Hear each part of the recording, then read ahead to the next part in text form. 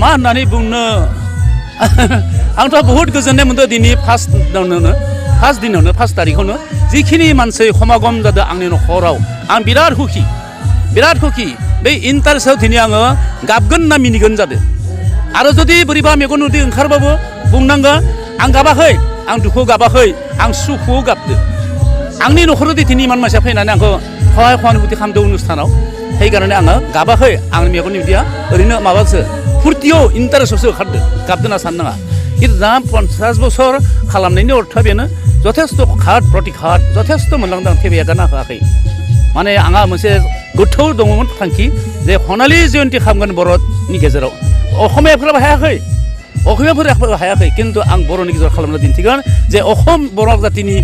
माबा गोहोखौ आं दिन्थिगोन आंहा बेसेखिनि शक्ति दं दा बेदि आंहा चेलेन्ज लादोंमोन बे चेलेन्जआ फैबाबा नै देग्लाय नै दिनैनि प्रथम दिन 14 फेब्रुवारियाव 14 15 16 सानथाम जागोन आरो बाबा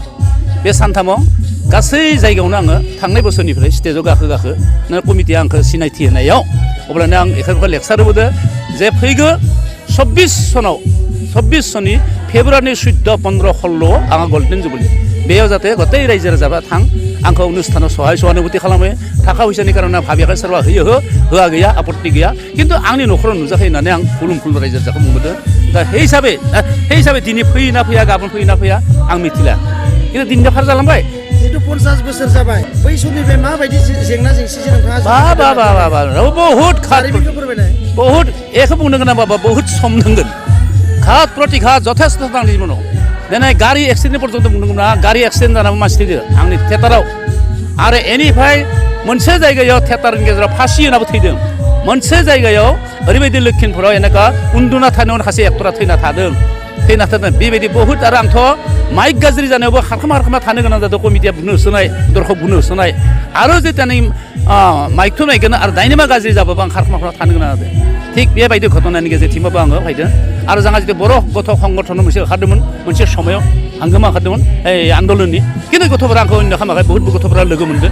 मोनना रायज्लायदो आदा नों माबायदि मोनदों आंथ' थिगैनो दं मोजां सोलिबाय दं खिन्थु बाबुमोनाथ' ओरैनो जोंबो हादोरनि थाखाय जुद्ध खालामदों आरो नों आदाया जुद्ध खालामदो बर' कालसारनि थाखाय हारिमुनि थाखाय गतिके जोंबो ओरैहाय नोंबो ओरैहाय गतिके आदाखौ खुलुमदो जेरैहाय जायाथों माने बर' थियेटारखौ फोथांनांगौ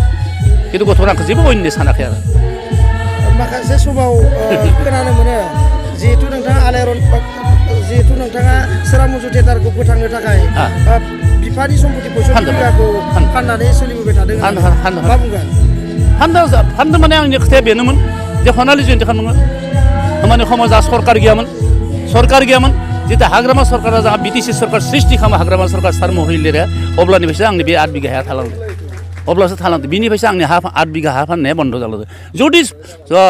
जुदि बिटिसि सरकार सृष्टि जायामोन हाग्रामा सारा जुदि आंखौ सहाय खालामामोन अब्लानो 8 बिघा हाखौ फाननानै आंनि बे जिथु गोथौ जारिमिन माबा सानदोंमोन आं थांखि लादोंमोन सनालि जयन्ती जाफुंनाय नङामोन बे जाफुंनाय नङामोन खिन्थु बिथाङा जथेस्थ सहाय खालामदों बिनि उनावनो MCLA MLAफोराबो आंखौ जथेस्थ सहाय खालामदों आरो दिनै प्रमद बर' साराबो आंखौ दिनै जथेस्थ सहाय खालामदों MCLA EMफोराबो सहाय खालामदों आरो लोगोसे जोंहा माबायाव बिश्वजित दैमारिबो आंखौ जथेस्थ सहाय खालामदों आरो बे माबानिफ्राय BKWACनिफ्रायबो दिनै मिहिनेश्वरा आंखौ सहाय खालामदों बिनि थ्रुयै दिनै माबाया प्रणब बर' साराबो EM जा कालसारनि बिथाङाबो आंनो 2 लाख थाखा थांनाय बोसोराव हरदों थिग बिदिहाय आंनि सोरामुजु थियेटारा थांनानै दं जितु नोंथाङा फोथायनाय दं आंहा इसोरनि सायाव आंहा फोथायनाय दं आरो दिनै जेसेबां गेदेर जायाथों सारमोना आंखौ खोब गण्य खालामो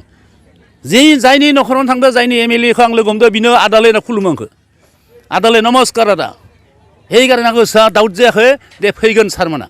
आंनि न'खराव फैगोन ओरैनो आइखौनो बुंदों जे आं बर' दिनै आं सनालि जयन्ती खालामनो नागिरदों बाबा सनाथि मायथाइ आंनि गौरबनि बाथ्रा नङा समग्र दुलाराय बर' समाजनि गौरबनि बाथ्रा आसायबो हायाखै दा बर'नि गेजेरजों मोनसे सनालि जयन्ती खालामनो सोरामुजुआ गतिके जा बर'नि गौरबनिसो बाथ्रा बेखौ बर' समाजा सानना लानांगौ